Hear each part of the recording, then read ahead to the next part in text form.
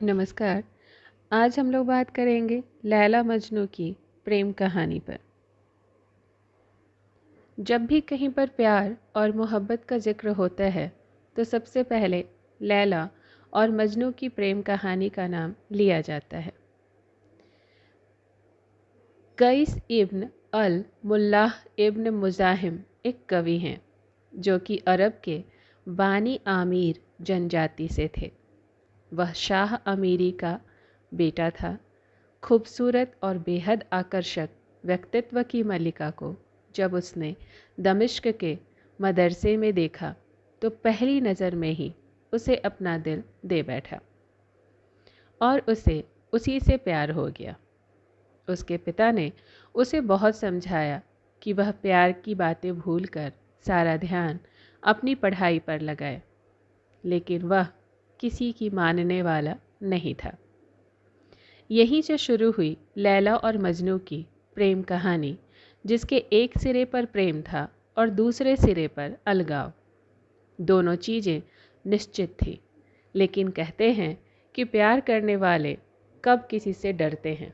धीरे धीरे कैस की मोहब्बत का असर लैला पर भी होने लगा। वह भी अपने प्रेमी कैस से मिलने के बहाने तलाशने लगी।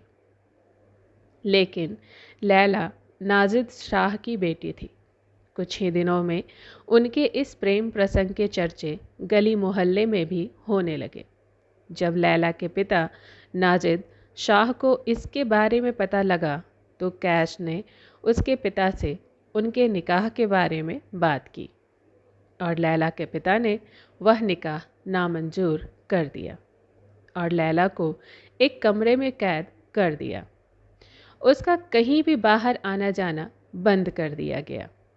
उधर लैला से न मिल पाने की वजह से कैश की बुरी हालत हो गई। वह मारा मारा गलियों में फिरने लगा। लोग उसे पागल कहने लगे। उसने इस समय बहुत सी कविताएं और शायरियां लिखी जिनमें सिर्फ और सिर्फ लैला का जिक्र होता था। उसके इसी पागलपन को देखकर लोग उसे मजनू यानी पागल नाम से पुकारने लगे। ठीक उसी समय लैला के माता पिता ने लैला का निकाह बख्त से कर दिया, जो कि एक ऊंचे घराने से ताल्लुक़ रखता था। निकाह के बाद उसने अपने शौहर को बता दिया कि वह सिर्फ मजनू से प्यार करती है, मजनू के अलावा किसी और से नहीं। इस बात को लेकर लैला को बहुत प्रताड़ित किया गया, लेकिन उसने बख्त को अपना शौहर कबूल नहीं किया। इसी वजह से बख्त ने लैला को तलाक दे दिया और लैला ने मजनू की तलाश शुरू कर दी। जब मजनू उसे मिला तो उन्होंने कहीं दूर जाने का निश्चय किया और वह भागते भागते राजस्थान की बिंजौर अनूपगढ़ नाम की जगह पर पहुंच गए और वहां पर आराम करने लगे। थोड़ी ही देर में लैला के पिता और भाई भी उनका पीछा करते करते वहां पर पहुंच गए और उन सब ने मिलकर मजनू को वहीं पर ख़त्म कर दिया। वहीं पर मजनू के शव के पास ही लैला ने भी अपनी जान दे दी और तमाम प्यार करने वालों के लिए प्यार की मिसाल कायम कर दी। उन दोनों को वहीं पर दफना दिया गया और इस तरह जो जीवित रहकर नहीं मिल पाए, मरते समय उनकी रूह जरूर जन्नत में मिल गई होगी। लैला मजनू की सच्चाई बहुत कम लोग जानते हैं। दोनों की कब्र श्री गंगानगर में है। हर साल 15 जून को लैला मजनू की याद में अनूपगढ़, श्री गंगानगर, राजस्थान के बिंजौर में सालाना मेला लगता है। पूरे देश के हजारों प्रेमी जोड़े यहाँ आकर चादर चढ़ाते हैं और मन्नतें मांगते हैं। इस मेले की शुरुआत भारत पाक सीमा पर बसे बिंजौर गांव में कैसे हुई? लैला मजनू का इस गांव से रिश्ता क्या था? दोनों की मज़ार यहाँ बनी कैसे? लैला मजनू आखिर हिंदुस्तान आए कैसे? इनके जवाब जानने के लिए आप इंटरनेट पर कई साइट्स देखें, इतिहासकारों से बातचीत करें, तब या बिंजौर गांव के बुजुर्गों और उस समय के बीएसएफ में रहे अधिकारियों से बात करें तो ज़्यादातर लोगों का मत है कि उस समय पाकिस्तान में जन्मे लैला मजनू अंतिम समय में अनूपगढ़ के विंजौर गांव में आए थे। लैला के भाई दोनों को मारने के लिए उनके पीछे पड़े हुए थे। दोनों छिपते छिपाते पानी की तलाश में यहाँ पहुँचे और दोनों की प्यास से ही मौत हो गई और यहीं दोनों को एक साथ दफना दिया गया। दोनों की इस प्रेम कहानी व कब्रों का राज यहाँ आज़ादी के बाद खुला।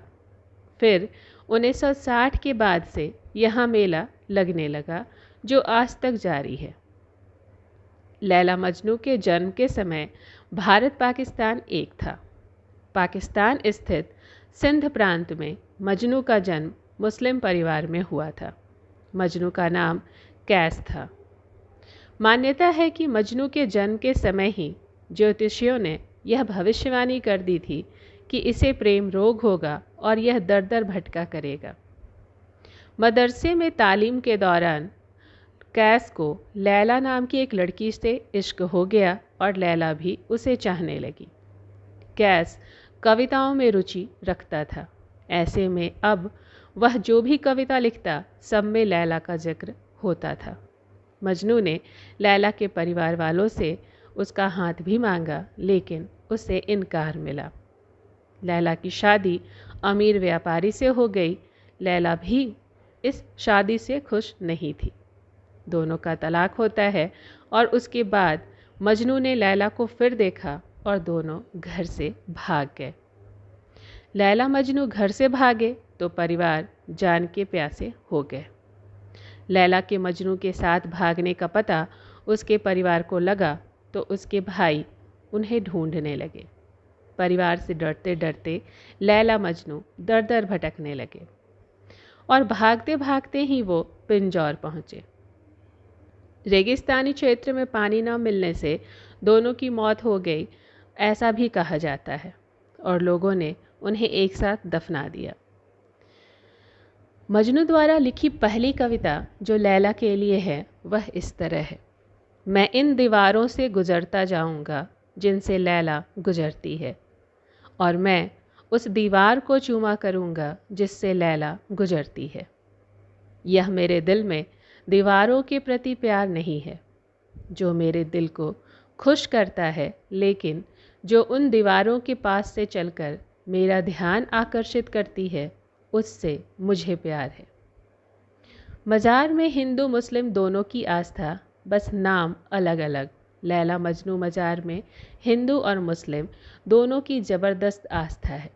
दोनों समुदायों के लोग यहाँ आकर सिर झुकाते हैं और मन्नत मांगकर धागा बांधते हैं। गौर करने की वाली बात है, दोनों समुदायों ने यहाँ का नाम भी अलग अलग रखा है।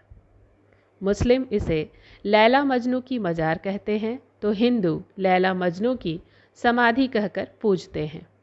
5 दिन के इस मेले में राजस्थान, पंजाब, हरियाणा, उत्तर प्रदेश, बिहार समेत कई राज्यों से प्रेमी जोड़े मन्नतें मांगने आते हैं। देश में बीएसएफ की संभवतः यहाँ पहली सीमा चौकी है जो प्यार करने वालों के नाम पर बनी है। सीमा पर बसे इस गांव में बीएसएफ की सीमा चौकी का नाम पहले लैला मजनू था, जिसका नाम बाद में मजनू कर दिया गया। पहले यहाँ पाकिस्तान से बड़ी संख्या में प्रेमी आया करते थे, लेकिन भारत पाकिस्तान में मतभेद बढ़े तो यहाँ तारबंदी कर दी गई और वहाँ से प्रेमियों का यहाँ आना भी बंद हो गया। लैला मजनू की कहानी लगभग 7वीं सदी की मानी जाती है। कई जगह पर यह 11वीं सदी भी कही जाती है। उस समय अरब के रेगिस्तानों में अमीरों का बसेरा हुआ करता था। धन्यवाद।